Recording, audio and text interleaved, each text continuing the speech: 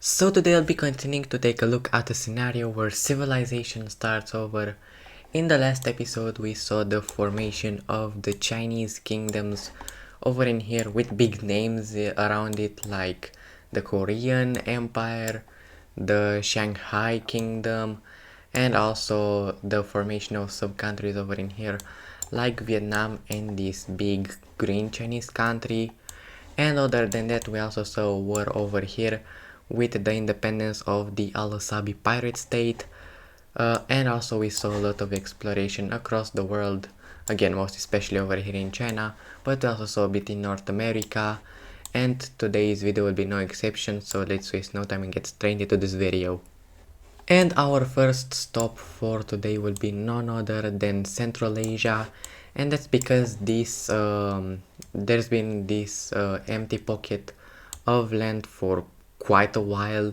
No one has claimed this land, no countries over in here had claimed it, so this region will end up becoming its own nation, and this will be this green Caspian nation over in here. And for the capital of this new nation in Caspia, their capital will be over in here on this kind of mini peninsula over in here. But yeah, now they have a capital, and with this we have a new Caspian nation over in here, filling all the pocket from Central Asia over in here. But not leaving the Central Asian region. After we see this country forming, now we'll have these two countries over in here, the orange and brown countries. They'll come together to divide up this land and make a land border between the two. The set partition will look like this, with the orange country taking a lot of lands over in here, and then the maroon nation over in here will take these lands. And now these two countries have partitioned this land over in here, now having a land border and now taking even more land and becoming bigger. Now going over to Lavender, Siberia, these guys haven't done anything since they have gained their independence a few episodes ago, but now they will be expanding greatly towards the east, as they are looking similar enough to also the former countries over in here. They are looking forward to uniting the region under one kind of grand empire, and they will attempt to do that, and they will be pretty dang successful at doing so, as now they move here through the east, and they will be claiming all of these regions. And with this, the Lavender Siberian country will expand greatly. Alright, change my mind a bit and I'll alter a bit the borders, but we'll have Haurus taking that one province, and over in here the Lavender country will again expand greatly through these lands. And they will also get inspiration from the Red Nation over in here, and these guys will go around like this and decide to expand even more towards the south, as these regions are a bit better to live in. I mean, they are better than freaking cold and frozen Siberia, and they will be successful in conquering all of these territories, thus making their country way bigger and way, well, larger and stronger with this. But now we are gonna go over to this limeish green nation over in the Mongolian regions, and this is because these guys are cooking something up. Since they have met in the last episode with the outside world, these guys have been quite inspired in expansionism, so they'll go for this and make a great expansion to the Baikal Lake. And these guys will be expanding a lot by taking all of this huge piece of land, and now these guys are an immense country, they are huge, and now they are looking even more towards their goal of becoming a strong country, again like these guys over in here. Now going to the Al-Asabi pirates, now these guys will be expanding a lot, and by a lot I pretty much mean the entire Borneo island, and that now they go through, and also expand through these islands. Now with these under their control, it will be easier to explore Australia, and also they will be taking this big island in here. And now these guys are really starting to skyrocket in the power rankings, now with them entering the top 10 strongest countries in the world, which is pretty dang scary considering these guys are pirates. But now we are gonna go back to North America because exploration in this continent is pretty much at its peak, as now we'll have all of the Florida area being explored by the tribes and by the colonizers over in here. And now this little Louisiana tribe will also get discovered by these people, and it will go pretty much as well as it did for now, with these guys, with these two groups assimilating very well, and again exploration in North America and in general life is in North America is starting to be really good. As for the Mexican group over in here, they are pretty much in a world of their own as they continue to explore on their own, and now they meet up with the Yucatan group over in here, and these guys are really not friendly, and this is actually one of the few times we saw exploring people not get along with the indigenous people, and there's some pretty brutal fighting between these two. Now over in Alaska we see some explorations being made by these few groups. Now these are easily the weakest tribes from North America. These guys are descendants from Asia, similar enough to real life. Even then they are like not very strong, but they are successful in exploring some more lands and kind of making their own little sphere of influence over in here. But now going to the opposite of North America, in South America, Hibernia is having a lot of success exploring through South America. Now they've been doing this for pretty much their whole existence in here. So at this point they've gotten pretty assimilated with the continent, and now similar enough to how we had in episode 17 the North American tribes, and in episode 18 the East Asian tribes. Now in episode 19 we are gonna introduce the South American tribes. Well, first of all, my voice is about to die. Second of all, I've added all the South American tribes.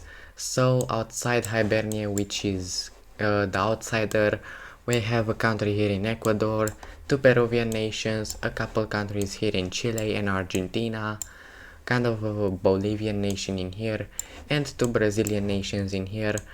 Now kind of similar to China, these countries have been here for a while, therefore that's kind of the reason why they are so big and so strong. But outside that, I mean, yeah, pretty easily Hibernia is the strongest in here. But other than that, now we also got these countries here in South America, which some of them have already been discovered, some are waiting to become discovered. As we continue to see exploration over in here from the Peruvian nations, now most of the exploration is actually inside their territory. That's mostly done by Hibernia to kind of get used to these new tribes. But these guys also kind of help them explore over here in the south. And with this, they'll now meet over with the South Chilean country, and also with their help they'll kind of go down south over here to the green Chilean Argentinian country.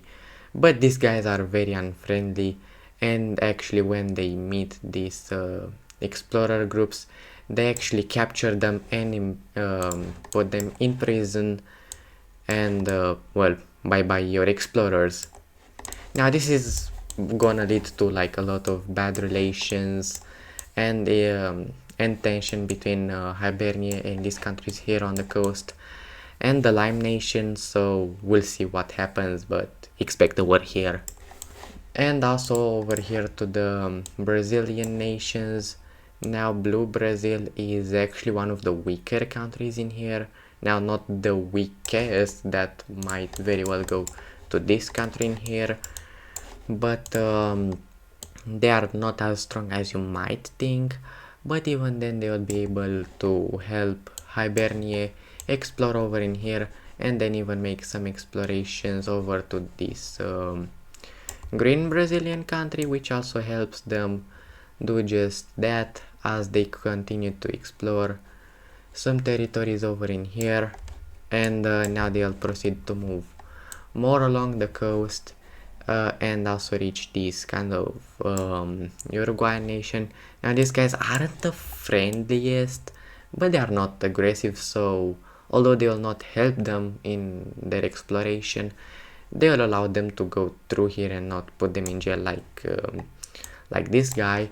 But speaking of this guy, as now these guys move through here and get around the Buenos Aires area, they'll also encounter the Lime Nation, and the same thing happens to these explorers as these guys put them in jail, and also will say goodbye to their explorers as well. And with this, South American exploration will stop for now, as this guy is kind of sabotaging them. But now guess what, we'll have a man over here from the South Argentinian nation. He'll hop on a boat with like a pretty big fleet, and they'll actually go through the Drake Passage.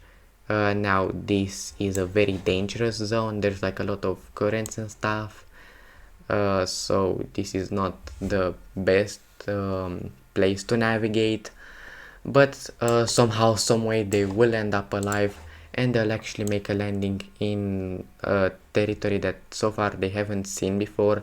They don't know what this is, but I'll tell them what this is, and this is big ol' Antarctica. And with this, we officially have explorations in all the 7 continents of the Earth. Now there's at least a tiny bit of explored land in all of the continents.